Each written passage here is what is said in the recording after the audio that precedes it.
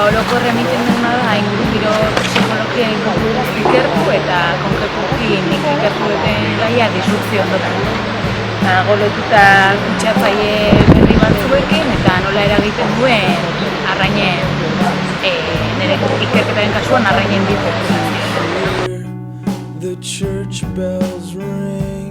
Nire ustez batez ere beka gutxi daudela, asko jarraitu nahi dugula ikertzen, baina ez daukela aukera handirik, orduan zorte bali baduzu eta beka lortzen baduzu, oso jarraitu dezakezu behintzat 3 edo 4 urtetan, baina ez baduzu bekarik sortzen ja pixkat galduta sentitzen.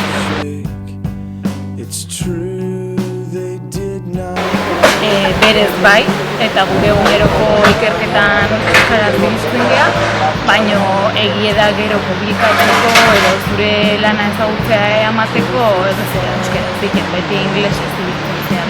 Baina berez badauke toki eta uste garrantzitsua dela erabiltzea, hola, bintzat herritarrei iristeko modu eresago bat bilakau daiten. Ikertzea.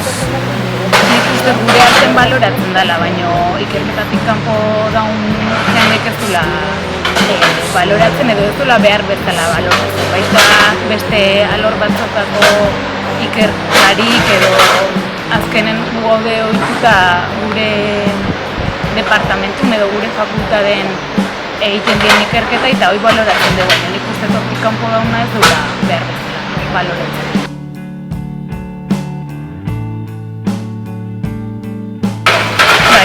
Oso garrantzitsua dela olako gauzakitea.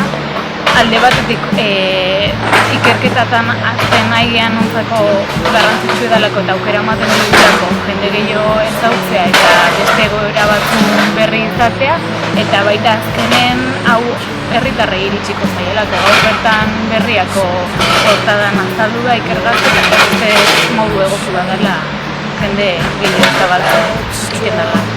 Could not do